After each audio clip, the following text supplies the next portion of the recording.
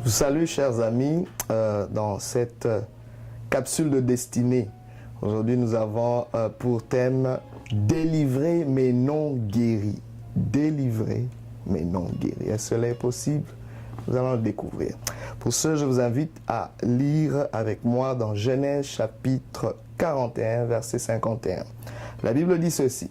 « Joseph donna au premier-né le nom de Manassé, car, dit-il, Dieu m'a fait oublier toutes mes peines et toute la maison de mon père. » Dans ce texte, nous voyons Joseph, le fils préféré de Jacob, dans sa gloire, premier ministre de l'Égypte. Il est sorti de la prison, il est délivré de l'esclavage, il est délivré de la jalousie de ses frères qui l'ont vendu. Mais c'est comme s'il y a comme un petit malaise qui est sous-entendu ici. C'est comme si Joseph, malgré sa gloire, il y avait encore cette peine, il y avait encore un chagrin. C'est comme si il était délivré, mais il y avait encore une situation qui n'était pas résolue, du moins intérieurement, parce que ce n'était pas visible. Quand vous voyez Joseph, il était bien installé, nanti, puissant, fort. Je ne sais pas si ça t'est déjà arrivé d'avoir été délivré d'une relation, d'une situation, d'une circonstance peut-être, mais dont le souvenir amène quelques malaises, quelques douleurs. Il suffit qu'on te rappelle de la chose pour que tu sois dans tous tes états, pour que tu te remettes à pleurer comme si cela était encore d'actualité. Ça te fait comme un flashback. Je ne sais pas. Je suis peut-être le seul à avoir vécu cela. Mais ça, c'est un indice que nous ne sommes pas encore guéris, bien que nous soyons délivrés. Il est possible d'être délivré physiquement d'une chose, mais mentalement d'être encore affecté par cette chose. Je le dirais comme ceci. Tu es délivré, tu es sorti de la situation, mais la situation n'est pas sortie de toi. Tu es sorti de la trahison que tu as subie, mais la trahison n'est pas sortie de toi. Il y a un double travail qui doit se faire. Oui, tu sors de l'Égypte, mais est-ce que l'Égypte est sortie de toi? Tu es sorti du monde, mais est-ce que le monde est sorti de toi? Ça a laissé des séquelles. Mais Jésus-Christ, notre Seigneur, veut faire un travail complet et total en nous. Parce que laissez-moi vous dire, quand on est délivré mais non guéri, on ne peut pas accomplir pleinement notre destinée. Il y aura toujours quelque chose qui va nous réclamer et nous tirer vers le bas. Ainsi, le remède de Dieu, c'est Manassé, le premier fils de Joseph. Pourquoi Manassé? Parce que le mot Manassé est lié au mot oublier. Joseph a dit, Dieu m'a fait oublier la peine, ma peine et la maison de mon père. C'était très important pour cela. Comment tu peux te dire, me poser la question, mais est-ce possible d'oublier? J'ai quand même une mémoire. Je me souviens encore comment ça s'est fait, toutes ces douleurs, ce qu'ils m'ont fait, ce qu'ils m'ont dit. Mais comprenez une chose, oui, tu te souviendras, mais cela ne fera plus mal. En fait, c'est ce que Manassé veut dire.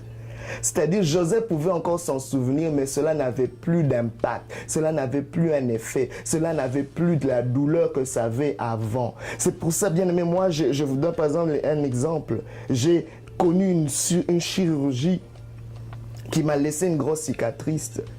Et quand cette plaie était encore fraîche, je ne laissais personne m'approcher de là. Mais une fois qu'elle a guéri, je pouvais même te laisser le toucher, même me frapper dessus. Ça faisait plus mal. Mais je me souviens exactement du lieu, comment ça s'est fait. Mais cela ne fait plus mal. Ainsi, Manassé, Dieu donne Manassé à Joseph pour ôter la capacité de nuisance de son passé, de sa mémoire. Et comment Dieu le fait à travers Manassé? C'est que Dieu change ta source. C'est-à-dire que ta souffrance ne devient plus ta source. Parce qu'il a dit, Dieu m'a fait oublier ma peine et la maison de mon père. C'est-à-dire que Joseph avait donné une telle importance à cet événement que cela l'affectait. Laisse-moi te dire, tu ne peux pas sortir de quelque chose que tu as constitué comme source dans ta vie. Si cette chose qui a tellement d'importance encore dans ta vie, tu ne t'en sortiras pas. Ainsi, Dieu est venu faire une chose en Joseph. Il a dit, la peine que tes frères t'ont fait subir, le manque de la maison de ton père ne constitue plus une source. Moi, Dieu, je deviens ta source. Ainsi, Joseph a appris à regarder Dieu comme sa source et non la douleur qu'on lui a faite. Ainsi, Manassé vient montrer à Joseph que tu as maintenant une nouvelle source. Dieu est ta source et ton passé n'est plus une source pour toi. Comment tu le fais?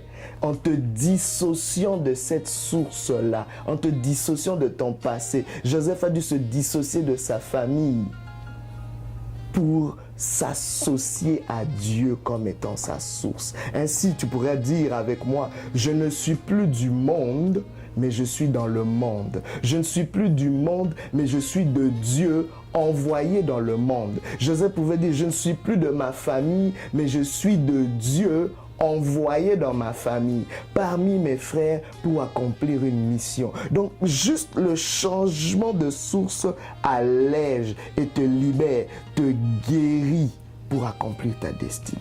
Ainsi, Joseph, comment il a fait? D'abord en pardonnant ses frères, mais aussi en se dissociant de rejet qu'il a subi.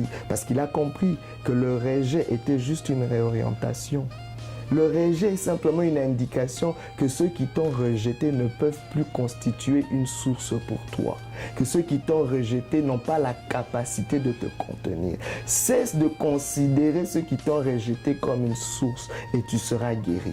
Considère l'Éternel comme ta seule source, malgré ce que les autres t'ont fait. Et d'ailleurs, le rejet est une bénédiction parce que ça te donne une information que le milieu qui t'a rejeté ne pouvait pas te contenir et ne pourrait pas se présenter comme une source pour toi. Mais quand maintenant Dieu devient ta source, tu peux même rentrer dans ce milieu et avoir un impact. C'est ainsi que Joseph, plus tard, a été une source de bénédiction pour ses frères.